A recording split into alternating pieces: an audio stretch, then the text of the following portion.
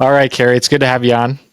Thanks for joining. We had a really good conversation last time I was on your show about woke right, Christian nationalism, Joel Webbin, Candace Owens, all that good stuff. I'll link that one in the description of this when I post this, when I upload this, so people can check that out. So today, getting started. I don't know if you were following any of this Matt Walsh, Shiloh Hendricks debacle that's going on Twitter. If you were, what are your thoughts? I followed a lot of look, all of Twitter is a debacle lately. Oh yeah. There's so much happening, chaotic stuff happening, which is, let me say this before I get into the Matt Walsh thing, because it's not necessarily bad. I know some people are viewing it as destabilizing, which it is. People are finding out that their friends or people they respect disagree with them on some very important things that are emerging. And so I think that it is a destabilizing effect. But I think it's good when I think God reveals truth, when there's an unmasking of things, when there's sort of like light, like illumination on a problem or on certain things. So I think that is good, and God will use all things for good. Specifically with this whole Shiloh Hendricks and the Anthony Carmelo, or is it Carmelo Anthony? The two. There's the NBA player. Isn't that the name of an NBA player? Carmelo Anthony? I don't know. Yeah. Oh, that's got to be terrible. Yeah. Every time I hear people say it, I'm like, wait, which one are we talking about? Oh, that's terrible. His name is like a murderer's name. That's my husband is a musician, and there's a murderer with his name, and that's terrible, because if you look him up, you find the murderer. Right. It's in the news. You're like, no. So for those really quick that don't know what we're talking about, because if you're not on Twitter, you probably are kind of lost, I'm assuming, which might be a blessing in disguise. But basically, so there was Carmelo Anthony, or however you say his name. He shot Austin Metcalf, was that the kid's name? Stabbed him. Or stabbed him, sorry. Yeah. And so there's that going on. Carmelo or Carmela, whichever one it is, I don't know, started a GoFundMe, and he's raised how much money? Like $500,000 or more than $500,000. Yeah.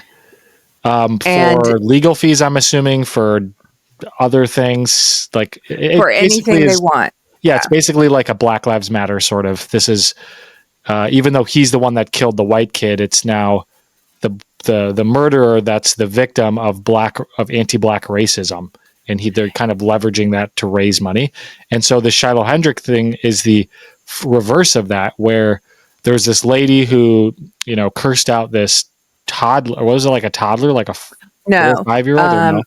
No, he allegedly, in the video, the person who recorded it said the child was 5, but you can see the child in the video, and he's clearly older than 5. Yeah. But so she is a white woman who was caught on camera, and she called according to the person filming, she had just called this black child the N-word. And then she proceeds to, the guy with the camera is sort of a cancellation kind of video where he's like, what did you just do? What did you say? Yeah. So then she says it again and flips him off and says the N-word several times. The couple of things, since you've described with these two instances, like there are some similar, obviously, right off the bat, these are not the same kind of offense or sin. One of these is murder.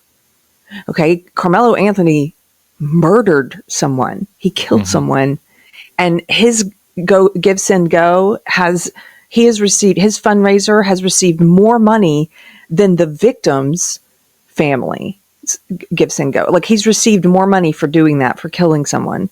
And the other example is a woman who uses a racial slur at a child, and is not her best self on camera, the kind of thing that should be shameful if someone were to record you not being your best self.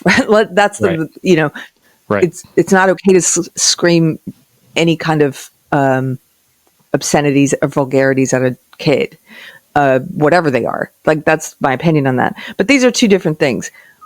Obviously, what is similar about them, though, is that the impetus for giving money, That's what I think is interesting, concerning, and similar. Because if you go into the comments, I'll just make this point real quick. If you go into the comments of these gifts and goes, the comments on the Carmelo Anthony, there's a lot of them that say very racist things about white people. And they're giving money, basically screw white people, screw crackers, white people. They use all kind of slurs about white people. And they view this as like a racial solidarity thing. We're going to stand. We see what these white people do. That's why you had to kill them. We're going to give you this money. That's insane. Then if you go into the comments of the Shiloh Hendricks gifts and go, it's very, very similar. There's a lot of comments that say, screw the N-word, screw black people. This is a racial solidarity thing, white power, blah, blah, blah. So that's what's similar. And in fact, the people who are giving money to Shiloh Hendricks, and she's now received more money than Carmelo Anthony. I think last I saw it was 700,000. She's on her way to raising $1 million for yelling the N-word at a kid. What are we doing here? Why don't we just go do that and we could raise $1 million? Dark humor. That's all right? I had to do this whole time. Like what? Dark humor. Well, because there's some things that some people should not do and would not do. Like that's obviously. I'm kidding. Don't go do that, guys. Don't go do that.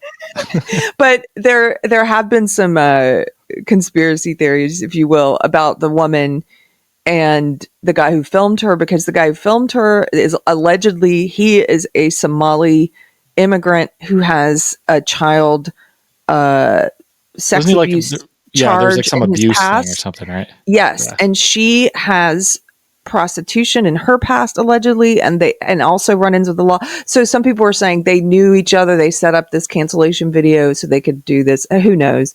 But aside from the fact that a lot of the racial consciousness and racial solidarity, race war stuff that's in the comments of both of these fundraisers, aside from that being sort of similar, the other thing is that the people giving money to the Shiloh Hendricks one are saying, many of them are saying, this is justice for Austin Metcalf, the white teenager who was stabbed to death by Carmelo Anthony. They are saying Elijah Schaefer, who's one of these woke right grifters and influencers with a lot of power, a lot of social credit, he's saying this is for white people. We need to stand together. We need to donate to this woman and make her a millionaire to get justice for this white guy who was murdered. How does that make sense? It's not. They're tying the two together, and they're doing it, I think, deliberately. And this is one of the things that I've been thinking about since this has been going on. Is this? I know, with the term woke left and woke right, something that's a word that's thrown around a lot is dialectic, and it's this false dichotomy. In other words, you're either this extreme or that extreme. You're either for us or against us. You're either our friend or you're our enemy, and they like feed off of each other to build their own case. And they kind of need exactly. They need each other to survive and to exist and to get social credit and to get literal money in these cases. I think if one didn't have the other for this particular case, which I think this particular case, Carmelo Anthony and Shiloh Hendricks, this particular case is kind of just a microcosm of what's going on culturally at a broader sense. I think if they didn't have each other, they wouldn't be, getting as much media attention as they are, especially Shiloh Hendricks. If this Carmelo Anthony thing didn't happen, there's no way she would have gotten this much attention, and there's no way she would have been able to raise this amount of money. But it's because of grifters like Elijah Schaefer or others on the woke right that are pushing this. And I call them woke right. Here's a perfect example, because they're playing the same stupid racial dialectic identity crap that the woke left is doing for the same reasons. It's just in reverse.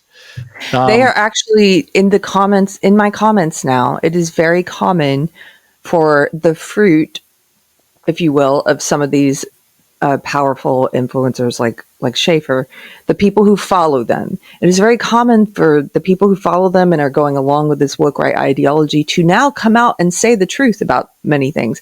They are saying to me in my comments, and I'm sure they're saying this to you, well, in their opinion, right? They're like, black people are racist, and they push racial identitarianism with the woke left stuff. So we have to do that too. We have to become I see that racist every day in my comments. Yeah, we have to be racially have a racial consciousness. We have to have solidarity as white people. And I'm like, wait, so you're basically saying they're that they are trying to play this effed up game, this messed up game, and so you're going to play it with them.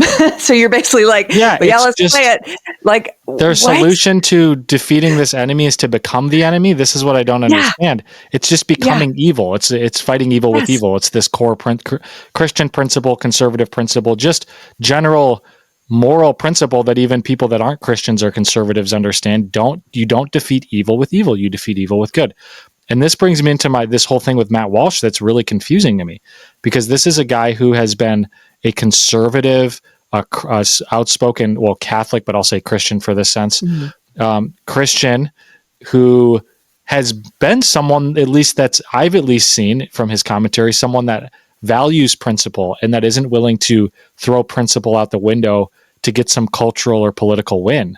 But now, all of a sudden, he seems to be, maybe I'm reading it wrong, but at least from what I'm gathering, he seems to be doing that. Like he's telling people to pay this lady and reward her for her. This is going to be interesting because we're going to disagree. Yeah. Okay. I was going to say, I want to hear your take on this. So we're going to disagree. So first of all, if people haven't watched it, he did a piece about the Shiloh Hendricks thing, and the way he tagged it or posted it and shared it, the words he said about it were something like, "I'm glad she's raising $1 million. I hope she raises $1 billion," or something like that. Yeah, which is make this woman a millionaire or something like right. that. Which on its face, I do not agree with. Why are you making the worst of humanity millionaires? Whether it's a murderer or a woman who yells the N-word at a child or whatever it is, vulgarity is a child. Like, why are we making terrible people millionaires? There's so many people who have been fighting. If you want to support someone who's fighting the cancel culture war, there's so many honorable people who've been screwed. Who like for example, I've interviewed so many people. There's one guy immediately comes to mind. Vets Talking. Oh man, I didn't look it up before this. I hope I'm getting his handle right on X. But anyway, he's a veteran, an Army veteran who was paralyzed after taking the jab, which the Army recommended and said, he was coerced into taking this. Yeah. And now they've provided almost no help for him. And he has been slowly, trying to rehabilitate from what happened to him. And they don't even want to admit that it was a vax injury. There's people like that he goes by, it's not Vets Talking, that's somebody else. I'm so sorry. It's Drew Outstanding. If anybody wants to look him up, his name is Drew Outstanding. And this guy is fighting this insanely expensive medical battle. His family has, the burden of taking care of a lot of things that he used to take care of has been put on his wife, and they have kids. And, anyway, I don't mean to change the subject. But I'm just that saying, doesn't serve the dialectic, so it's not going to get the attention. So you can share his gifts, send me all you want, and he's not going to get $1 million like this woman who said the N-word at a kid. Isn't that just so messed up? Yeah, it's so messed up. It's the worst. It's so it's not just her being her worst self in that moment on camera. It appeals to the worst of us. That's what I think. It appeals to the worst of us, and it asks us to be our worst self for just a bit. It's like, don't you want revenge? Don't you want revenge for cancel culture? Don't you want to stick it to them and show them? Don't you want to? And it's that that very tantalizing. I get it. It's very tempting and tantalizing idea of let's get revenge. But you know what? God says in the Bible, vengeance is mine, says the Lord. I want earthly justice. Yes, I want earthly justice. I want justice for Austin Metcalf, who was killed by Carmelo Anthony. I want justice for victims of cancel culture. Yes, but I don't want to become someone. When I try and think about the difference between justice and revenge. And I think if you think about that for a while, you can start to recognize it in yourself or pray, God, help me recognize the difference in myself, because you kind of can admit when you're sort of a little bit on that, I want revenge feels different when you want it than justice. I think. Yep. Well, so it asks us to do that. I think a big difference between revenge and justice often is one requires us to take it into our own hands, and the other requires us to give it to others. In other words, for example, that's, I think, a big reason the government exists, the institution of government. It's to dole out justice. It's not something that we're supposed to take into our own hands. And what you see with cases like this is they're not really wanting to take justice. They're not really wanting to appeal to the God-given and ordained authorities that we have in order to administer justice. They want to take it on themselves and do it how they please and do it in a way that makes them feel good at the end of the day. And I think that impulse is dangerous. It's kind of like one of the things I heard Jordan Peterson say in a recent interview with James Lindsay. And I've heard him repeat this pretty consistently throughout his, I don't know, I was going to say ministry, but it's not. What would you call it? It's an anti-woke. Jordan Peterson's, public appearances here. He's been saying this for a long time consistently. Beware of anything and anyone that is motivated by resentment. And that is the underlying motivation behind revenge, is resentment and bitterness and anger. It's self-serving, in other words, at the end of the day. Justice is serving of others. And again, with this case, for example, what you said, we're seeing kind of the worst come out. And my concern isn't even so much this lady. Honestly, it's the cultural response to this lady that we're seeing. Yes, I agree. Yeah. And so I didn't get into what I disagree with. Oh, yeah. What I might disagree with you about Walsh. Maybe we don't. But I did think his post about it was sort of playing into that, like, let's be the worst of ourselves. Let's make this person a millionaire, like this person for saying, for yelling vulgarities at a kid. Okay. That doesn't jive with me. But then I watched the video. The video was more nuanced. And here's what I think about his video. He's basically viewing this only as, he's viewing it as a victory over cancel culture. Yes. And what I mean by that is he's viewing it as they used to be able to, and honestly, this isn't going to end cancel culture. They're still going to try and cancel people and ruin people, all this stuff. But they could get a video of you. It arguably might make it worse. And they could end you effectively. They could dox you, harass you, cause people to lose their jobs. They could, and even if it wasn't like this woman was not being her best self, she was yelling vulgarities at a kid, but they could do this to people who didn't do anything wrong. They could do this to people who, like, what's her name? Maya Forrester, I think, who lost her job basically for saying men aren't women. You could get canceled for saying something that's true and for standing up for truth. And so he's sort of viewing this as a cultural win because, like the Streisand effect, it's almost like, I think he sees it as, and some people see it as, look, they can't do this anymore because anybody they try to go after, we're going to turn rewarded. We're going to reward those people and protect them, and we're going to do this. And so I think he's trying to say, like, look, let's show them that their old tactics don't work, because if they target someone, we're going to lift that person up. Well, I completely understand that. And I have friends who think that too. But here's what I would caution is that it's not exactly going to work that way, because as I mentioned, Drew Outstanding, this vet who was screwed over by COVID, by the government, by, COVID policy, all this stuff. It's not like tomorrow people are going to lift him up, and all these different victims of cancel culture, many of them much more honorable than this woman, which is not hard. They're not going to go find these people and lift them up. Many people are still struggling with the effects of what happened to them, and there's going to be more people canceled. And are they going to come? Is this going to happen for each of those people? No.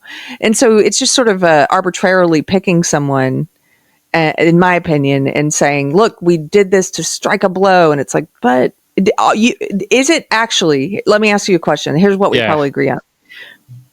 Is it going to do more harm or more good? I think it's going to do more harm. And here's why. Because immediately after they started, we knew they would do this. The woke left and the mainstream media, the corporate media, the propaganda, they all started running headlines. The Independent just ran one. Several places ran one. They say MAGA. They're trying to tie it to all conservatives and all Christians and all MAGA. MAGA endorses woman who yells a racist slur at a child and makes her a millionaire. MAGA did this. And then, get this, there's video. I don't know if you've seen this. There's video of these plants. I don't know if they're feds or what, but they're plants who are dressed all in black like Antifa with black masks on. And they have signs that say deportation now, things that MAGA, that we support, like deportations. Yes. Yeah. And they have something about like end DEI, which we support, MAGA supports. And they've got signs that say that, but they're black masks and they're chanting, Shiloh Hendrix did nothing wrong. Shiloh Hendrix did nothing exactly. wrong. And I'm this like, is exactly what is what's happening.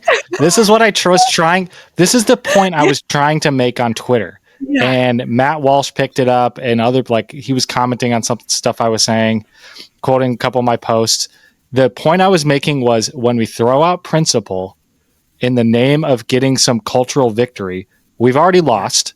We've already lost. On a moral level, we've already lost. But we've also pragmatically lost in the paradox of what Matt Walsh, by promoting this, for one example, what he thinks is going to be accomplished is actually the opposite of what's being accomplished. I agree. So, like, you're just giving them more fuel. You're just adding more fuel to this raging fire, cultural fire. We're shooting ourselves in the foot. Shooting yourself in the foot. You're ruining credibility, and obviously, there's a way in which credibility doesn't matter in our mainstream media landscape. I think, there's plenty of examples of that where the so-called credible actually aren't credible and they're liars, and we've seen all that, right? But when I say credibility, I mean like moral, a sense of moral authority and high ground that he's just, in Matt Walsh, for this example, I think he's kind of just relinquished, and he's given it over to the radicals. It's like what you said, it's encouraging bad behavior. I believe it's throwing out principle for the sake of pragmatism. And it's not really even thought through pragmatism, because the result is going to be more race wars, more cancel culture, more targeting of conservatives, because now we're on record saying we support a lady screaming the N-word at a child. What is that going to do? And we don't. But but now they have reason to say that. That's all that matters. Yeah. And Matt Walsh has just given them that on a silver platter, for one example, which is what has been frustrating me. Yeah, I think he made a mistake there. I don't think it was an intentional. Exactly. I kind of think he fell into this trap of saying, of just looking at it as a cancel culture victory, which feels good in the moment, but not seeing it as like possibly even a psyop in some ways. I know everybody says everything's a psyop today, but hear me out on this. In some sense, yeah. Melissa Chen had a great point. A lot of the donations to both of these fundraisers, whether it's the Carmelo Anthony one or the Shiloh Hendrix one, are anonymous. A lot of them are anonymous.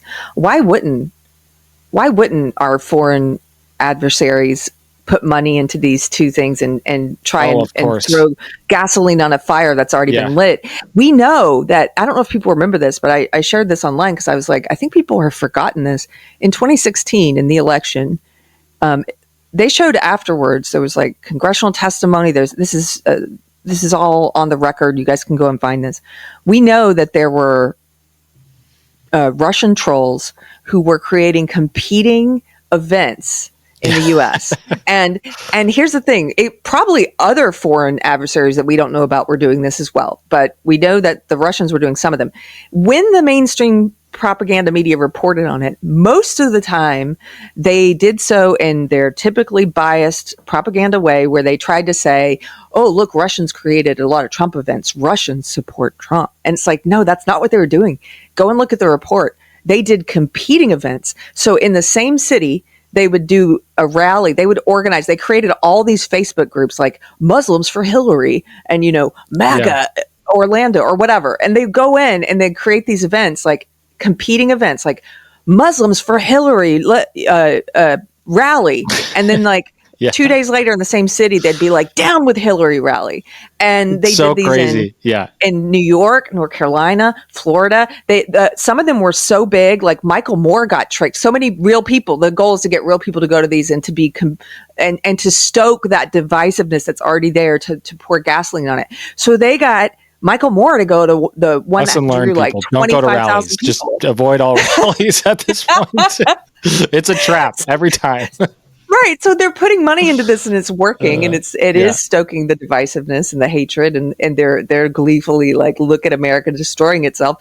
And so why wouldn't they put money into these competitive GoFundMes, this race war that some people seem to think we need to have? I'm like, of course. And these countries, whether it's China or Qatar or Russia or Iran, you name it, you name a country over there, like they would love for the United States to lose its authority and to lose its power and to lose its influence, both politically, economically, socially, because they want it. It's a fight to be the top dog at this point in many regards. And of course, they're going to pump our system and pump our media. Like, for example, China spends upwards of $16 billion a year, I heard, just on Western media influence alone. 16 billion with a B. That's insane. And most of that goes to social media in America. Yeah. So we look at all these what's trending on social media on a regular basis. Who's funneling money to these now alternative media platforms that like Candace Owens or Elijah Schaffer or Tucker Carlson or whoever is on, and they're just pumping all the same. All of a sudden, they're all against Israel. They all do a 180 all overnight. It seems they're all of a sudden pushing the same stuff. They're all of a sudden moving the ball in the same direction. That doesn't feel organic to me. No. It feels like Hollywood, where you have all these actors from all different walks of life and all different states and all different upbringings and all different ages. They all seem to have the exact same political views on everything. Yeah. Doesn't make sense, right? That's not organic. That's not how people operate. I mean, even people like me or you or other people that are similar politically, we probably have a whole range of issues that we disagree on. Or we disagreed in this conversation. We just disagreed in this conversation. But like, you know what I mean? So like, that doesn't seem organic, but yet that's what we're seeing. What I was going to make one point really quick. So I've seen this in the comments, and I saw this in some of my comments. I saw this in like probably some of your comments or James Lindsay's or other people saying, well, we can't speaking in terms of that point you were making about cancel culture and how this is actually going to backlash the rewarding and lionizing someone like Shiloh Hendricks. The people say, well, are you saying that we're just going to let the left make the rules? We're just going to do what we do based off of, how the left is going to respond. It's like, well, no, but also you have to be, speaking of actual pragmatism and not the kind of pragmatism that means throwing your principles out the window, but thinking you have to think strategically, what is going to be the outcome of what we do? How is this actually going to play into our end goal? Or is it? If the end goal is race war, they're doing a great job. If the end goal is peace, this is a terrible strategy. Oh yeah. Sorry, go ahead. I'm sorry. I'm interrupting you. You're good. You immediately made me think of like, who creates the rule? God creates the rules. Yeah. That's the thing is you're just saying, don't do stupid stuff. Don't play stupid deviate games from your principles. Like that's it. Yeah. That is the answer. It's not up to us to like come up with, there are questions about like, obviously, pragmatically in real life, like practical questions, I guess, like, is this thing a good idea? Is this thing not a good idea? But when you're a Christian, you turn to scripture to try and figure that out, to try and discern the answer. And I think some people just kind of, I don't know, they think that one wrong can fix a greater wrong or something. This is going to work in the end. It's like, but it doesn't. It doesn't. It really doesn't work. I know. Again, I know that temptation and that feeling of like. That's why I don't think it's justice. It's revenge because they know this isn't going to fix cancel culture. But it's that feeling of revenge of like they want to be like, look what we did. Revenge is often returning evil for evil. Millionaire. Yeah, like they it's Justice that feeling is of like good for evil. Yeah. So I think Matt Walsh, I understood what he was saying about cancel culture. I have friends who think that. I understand the point, but I think ultimately he made a misstep there. And what was most disappointing to me actually was that he didn't. I was hoping you guys would do a video. I wanted you guys to talk it out. I was like, that'll be so interesting. It would be. But he did it. And if I sat down with him, this is all I would ask him. I would ask him like, okay, just practically speaking, because we can't live in pseudo reality. We have to live in reality. And we don't get, unfortunate as it is, conservatives and Christians don't get to make all the rules in the world. We just don't. Right. And we don't get to make all the cultural rules, and we don't get to make, like, we have to play by a certain set of rules, you could say, or reality. And we have to do our best to have, whatever outcomes we want. Again, that doesn't mean throwing out your principles. So I would ask him like, okay, looking at this scenario, thinking through it logically, what is the likely outcome of us telling people to reward somebody like Shiloh Hendricks? What's the outcome? The outcome is going to be these new articles coming out. Slander. It's going to further divide the MAGA movement. It's going to give more ammunition to the left to use against us. To say, see, we told you these people were Nazis. See, we told you these people were anti-black racists. See, that's what it's the same thing Christian nationalism is doing with Big Eva. They're giving justification to everything Big Eva said about conservatives. See, we told you. They're becoming the thing. Boogeyman. Yeah. The boogeyman that the woke left always wanted. Yes. It's the same thing, just on a broader cultural scale, I would say. And I would genuinely want to know what he would say to that, because you don't have to think very far into it to see that this isn't going to lead to a good outcome. We're shooting ourselves in the foot, especially someone like Matt Walsh, who's such a prominent figure. How is he ever going to recover from that, really? Like, now he's on, again, him specifically, he's on record saying, let's make this ex-prostitute, child slander using vulgar racial slurs. Let's make this woman a millionaire, all in the name of fighting cancel culture. It's just, again, this. I said this in a tweet. I said something like, I actually really like Matt Walsh. I just think he's wrong about this particular issue. And I think he's playing a dangerous game that he doesn't understand. Yes. And I just genuinely don't think he's thought through this or understands the whole concept of the racial dialectic. Roped into a dangerous game. And actually, I saw James Lindsay got involved in it, and James Lindsay did call him a midwit and a few other things. Now, I don't necessarily agree with that. I don't. Right. But I'm with you there. But he did not call him woke right. In fact, he explicitly said, Matt is not woke. He's not a racist. He said that. Yes. And yet, yesterday, I saw people like Aaron McIntyre and others doing videos. People told me to watch them. Well, I watched one of them, the Aaron. Is it Aaron McIntyre? I don't even know how to say his name. Okay. I'm going to call him the annoying guy from the Blaze, the annoying Christian nationalist from the Blaze. Yeah. I'm going to call him Aaron. Yeah, there you go. Anybody knows Key and Peele? So Aaron did a video, and in the first 5 minutes, he lies to me. So I was going to watch it because this guy's like, you got to watch it. I'm like, okay, I'll watch it. First 5 minutes, he lies to me, and he tells me that James Lindsay called Matt Walsh woke right. And I was like, that's not true. Isn't that interesting? In fact, he said the exact explicit opposite. It's so interesting because, like, you'll see that I didn't see any of the major critics using the term woke right, like people like us, people like James Lindsay, people like Joel Berry or Seth, all these people. I haven't seen a single one of us call Matt Walsh woke right. Correct. Not any of us. But then you look at the actual woke right people, they're all accusing us of calling Matt Walsh woke right. The only people that are saying Matt Walsh is being called woke right are the woke right people. Woke right. Ironically.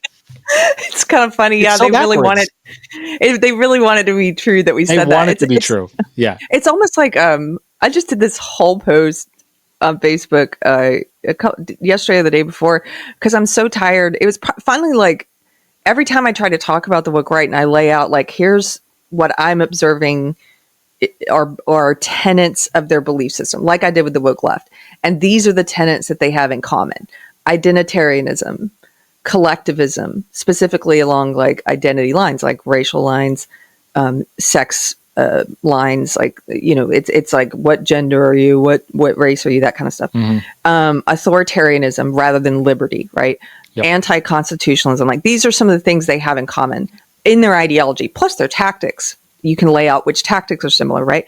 Every time I do this, there's like, I don't know, like 10 people who will show up in the comments who are like, woke right is you're just trying to label people who are criticizing Israel. And I'm like, wait a minute. I never talk about Israel. I didn't list it in the tenets of the belief system. I don't care what you think about Israel. Honestly, I don't. I have so many other things I care about more. I don't have a lot of opinions about it. I don't have enough information about it. I've never shared my thoughts on Israel other than I don't think we should be funding the war, which, hey, that's critical of Israel. So it's, other than that, I don't have opinions on it, and I'm not going to share. I'm not going to Israel and not be Right. woke right. You can criticize Israel and not be an anti-Semite. You can criticize Israel Exactly. and do it for the same reason you would criticize any other world government, the German government, the Japanese government, the American government. Like, I get that. So now I'm on a tangent here.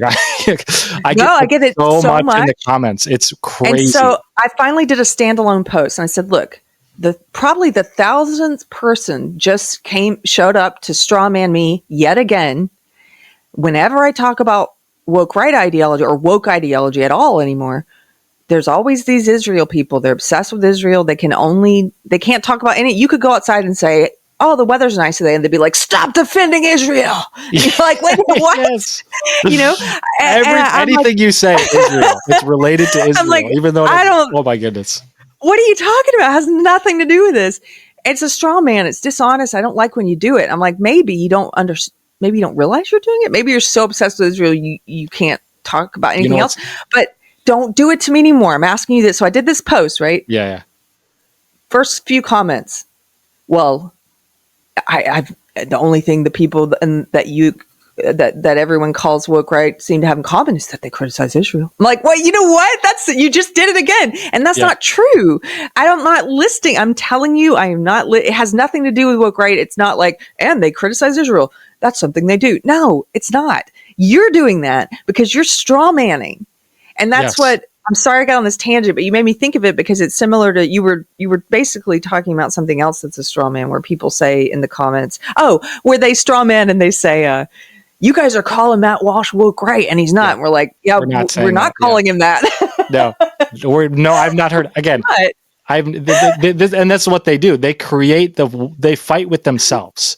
They make a claim that they think we said and we never said, and then they go out of their way to attack us because of the claim that they made about us that wasn't even something we said in the first place. So they're just in this like pathological circle of fighting their own arguments about what they think we said or didn't say, which isn't it, and it's never related to what we actually are saying. Which is the woke left, again, speaking of similar tactics, the woke left does this to me. They've been doing this to me for 8 years. They do it all the time. They have arguments with themselves, like some little avatar that's not me. And I'm like, why are you in my comments? Who are you talking to? And they're like, I'm talking to you. I'm like, well, you're not, because I didn't say any of those things and I don't believe any of those things. Oh, yeah. So go argue with yourself about whatever it is you think I believe. The amount of times I get comments like that, well, they'll just say something. Oh, well, you think this? Oh, well, if you didn't think this, then this, what you're saying here wouldn't be true. I never, like, I'm trying to think of a good example. There's so many. It usually has to do with Israel. Many. Lately it's Israel. Yeah. Yeah. It's like I say something critical of Matt Walsh's stance, and then they just come at me and call me a Zionist, which I don't know what that really means when people say that, to be completely honest with you. Me either, because they seem to mean a lot. I don't think they know what it means. I said the other day, I got put on some hit list of people in the enemies list. And they said, these are all people who use the phrase woke right and also are Zionists. And I was like, there are people in there like Gad Sad who's like, I've never used the phrase woke right. You know, there are people saying like, what? And I was on there like, well, I don't think I'm a Zionist. Like, what does that mean? And then somebody said, well, it just means you think Israel is entitled to keep their land. I'm like, well, okay, yeah. Okay, then yeah. Except that's not what they mean. Because then the guy who created the list showed up and he's like, it means that you something like support Israel. Like we worship Israel. I think it's like a way of trying to say. Yeah. Yeah. And all this other stuff. And I'm like, no, I don't. In fact, I don't think we should be paying for this war that they're in. But I do believe they are entitled to keep their country. Yeah. Yeah. Like, they have a right to defend themselves just like we do. And they have a right to defend themselves. I would apply the same standard to them as any other country. And I would apply the same standard to the United States, where we're not. Do I think it's bad to help allies financially all the time? No, I'm not a total isolationist. And maybe that's a point even. See, there we go. Disagreeing a little bit right there even. Yeah. But at the same time, I don't think we have like a moral duty to spend billions of dollars on other countries, period. Yeah, I agree with both of those. And so, but but yeah, we'll say things like that are reasonable and fair, and probably the position that the majority of Christians and Americans in general would take. And they call us, because we don't hate Israel explicitly, we're Zionists. I think that's what it is. We don't join them in hating Israel. That's the definition. That's it. If you don't hate Israel, then I guess that's it. Zionist. That's it. Yeah, I just, all of it. I'm very tired of straw mannings. I kind of put people on my Facebook. I try and give a lot more, I guess, grace, or I try and be a bit more forgiving with people than I am on X. I've just kind of been like, no, I'm not engaging with that. But on Facebook, I think because there's more women there and there's more people who they're not following all the stuff that's happening on X. And so I will let them be disrespectful, be rude and stuff a few times. But I finally just posted that notice and said, look, it is, basically, it's very rude and dishonest to strawman people. Please don't do it to me. I'm telling you now, maybe you don't realize you're doing it, but this has nothing to do with whatever it is you want to talk about. And it's very insulting. Stop doing it. If you want me to engage with you in good faith, don't do that to me. I don't like when the woke left does it. I don't like when the woke right does it. Talk about what I actually think and say, not about some avatar that you've created over here that is really annoying. That's the pun. That's a pun. Yeah, there you go. And tying it back to the Matt Walsh thing, but this is exactly what they're doing. So I'll criticize Matt Walsh for saying whatever he said. James Lindsay, other people will, and the response we get is, "Oh, you're calling him woke right." And again, we're not saying that. No, we're critiquing another point about something he said in relation to, okay, how is this actually going to affect this culture war? Is it morally justifiable from a Christian perspective to reward someone for sinning, regardless of if that sin is murder or slandering a child? I'm not saying those sins are equal, which that's another thing I have. There's another straw man. People saying, oh, so you're saying that murder is the same as saying a bad word? No, I've never said that. Again, there's the avatar they want to create of me to fight and to say, see, Mikhail Olson says that murder is the same as saying the N-word. Yeah, no, never said that. I've got that comment probably dozens of times just in the last couple of days. It's insane. But it's just dishonesty because they don't actually have an argument, and them accusing us of saying things we're not saying is them doing exactly what the woke left does. Why? Because they're just trying to stoke revolution. They're just trying to stoke a fight. They want people to fight. Yes. They want the war. They want the battle. They're fueled with resentment and bitterness and all this stuff that we've been talking about. And it's not actually leading anywhere, which is the sad part. And no, it leads to a very dark place. Here's what I will say. Now that we've said what I haven't seen anyone say. No, I haven't seen anyone call Matt Walsh woke right. No one, not even a troll or anything. Maybe I'm sure I've missed it. I'm sure somebody has. Sure, people in the comments have, but then who are those people? Even who are those people? 20 followers, and they made an account yesterday.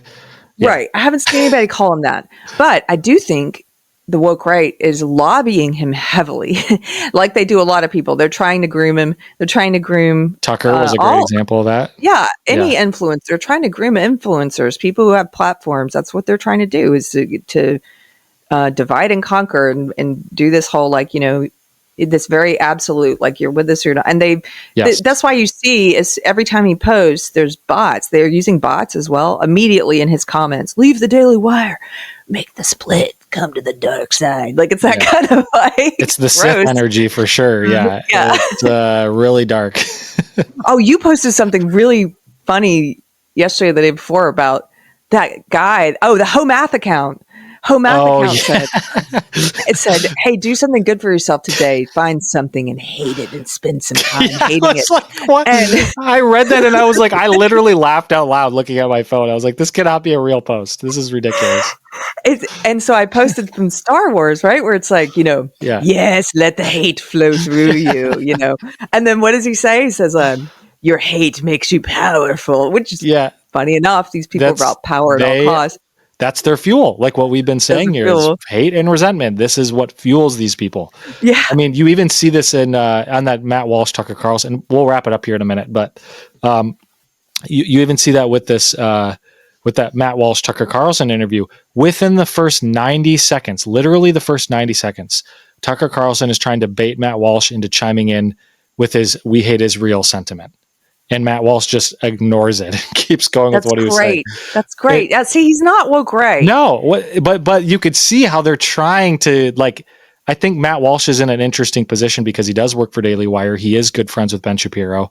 Ben Shapiro is very outspoken against this kind of stuff, the stuff that we're talking about. And I think they're trying to pit Matt Walsh against Ben Shapiro and against the broader conservative movement that doesn't hate we might not all support giving them billions of dollars all the time, but we don't hate them. We're not anti-Jewish people. Special hatred. I do think, as much as we said, I've never talked about Israel. I don't think about Israel at all when I think about the tenets of what is woke ideology, whether it's woke left or woke right. However, now as a result of this conversation, and maybe all these people in my comments always talking about Israel, now I'm kind of like, maybe a lot of them do hate Israel, not criticize Israel, hate Israel. Maybe that's something, but it's not a defining characteristic. I think it might be sort of, what do you call it? Where there's something that is, what's that? It's correlated, but it's not the cause. Like it's not a defining characteristic, but yes, I guess some of them do really have like a burning hatred. Oh, it goes deep. And it's, I don't know where that hate, I've been trying to think through this. I don't know where that hatred comes from. I genuinely don't know. Because I've never once woken up and thought I'm going to hate an entire race of people.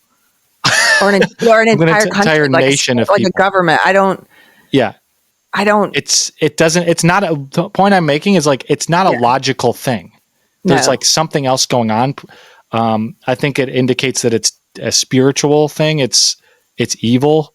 It's not coming from a place of, I've thought, which they'll try to posture this as like, well, look at what Mossad did. Look at this or that. It's like, okay, that's just stuff that they're using to justify their irrational hatred of an entire group of people. It's not actually the reason. You know what I mean? And look at what our government does. I mean, all governments, I think, including ours, like way that very corrupt, lie to the people. This is a problem with probably most governments today. So to me, that doesn't single them out as some uniquely evil government. I think most governments are pretty evil now. And I'm not justifying it. I'm just saying, I don't know why I'm supposed to have some sort of a special kind of hatred for that government. And then the other thing is that, I'll give them this point. I completely agree with them. I completely agree with, not only do I not think we should be funding this war, so that's one thing we probably have in common. We probably also have in common the fact that I'm a free speech absolutist. I don't agree with these anti-Semitism speech laws.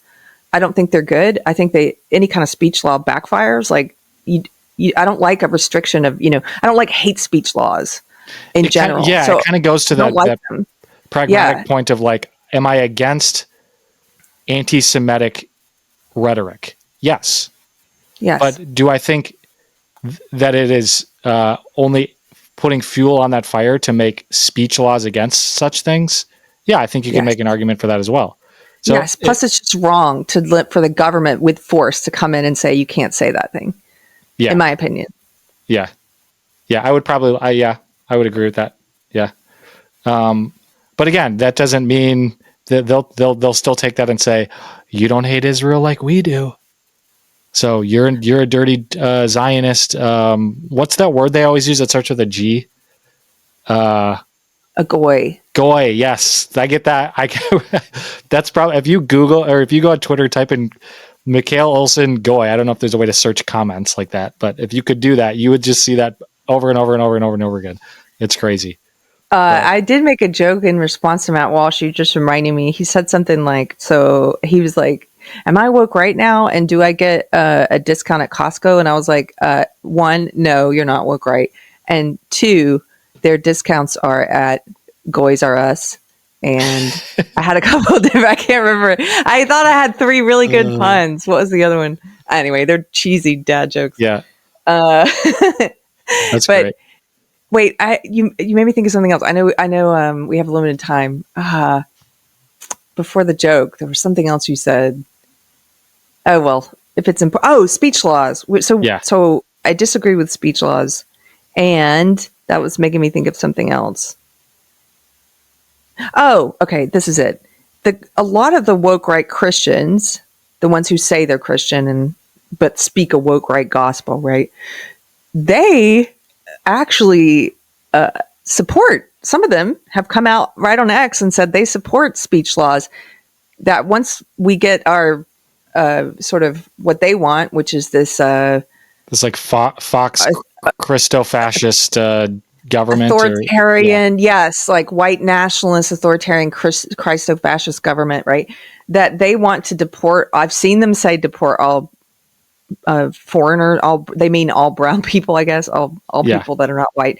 And then also they say they want to enforce blasphemy laws. Oh yeah. So I'm like, well, that's like the anti-Semitism laws. So I oppose both kinds. Like I don't agree with either kind of speech. I think both are wrong. It comes down to principle over pragmatism. There's the principle of free speech. I think you could make a biblical argument for that principle, and it should apply to people we don't always agree with. And in fact, it's meaningless unless the principle applies when we're losing. Like that's what a principle is. A principle is only something that exists if it still stands when we're not gaining something from holding it. And I think that's a great example. Like, do I want pro-Palestine psychos screaming slurs at Jewish people? Absolutely not. But do I think it's from a principled stance, do I think it's okay to impose speech laws and arrest people for simply, it's different if they're literally threatening people. And a threat is different. When speech crosses the point into action, I think that's obviously not what we're talking about. And I saw Seth Dillon post a video about that recently. That was really good. But it just comes down to holding these values and principles that I think so many conservatives are so quick to throw to the wayside if it means securing some short-term political victory of some kind. That often actually isn't a victory by throwing out the principle, which is the paradox of it at the end of the day. Yeah, definitely. But anyways, this was a good conversation. We got to wrap it up here. Let people know where they can find you. I'll definitely link some stuff in the description here for people to click on. Yes. Thank you for having me on, Mikhail. I really always enjoy talking to you. Stay the course. Don't, God holds you in the palm of his hand. All this negative, crazy stuff that's happening online, it doesn't matter. I know you maybe don't need to hear this, but maybe other people watching do. It's okay. Everything's going to be okay. I need to hear it for sure. Okay. We know who's the Alpha and the Omega. We know who sets us on a high rock and protects us. And if you stay true to God's word and to God's path, like he's going to protect you. And so don't sweat all this crazy stuff. And we are like a blip on, we're a lot of the stuff that matters to us on a day-to-day basis doesn't matter in the long run. Yeah. And so I'll say that you can find me at Deprogram with Keri Smith, and online it's Real Keri, Keri, Real Keri Smith. So thank you. Sounds good. Sweet. And I'll link your stuff in the description here for people to click on as well. Thanks for tuning in, every guys. We'll see you in the next one.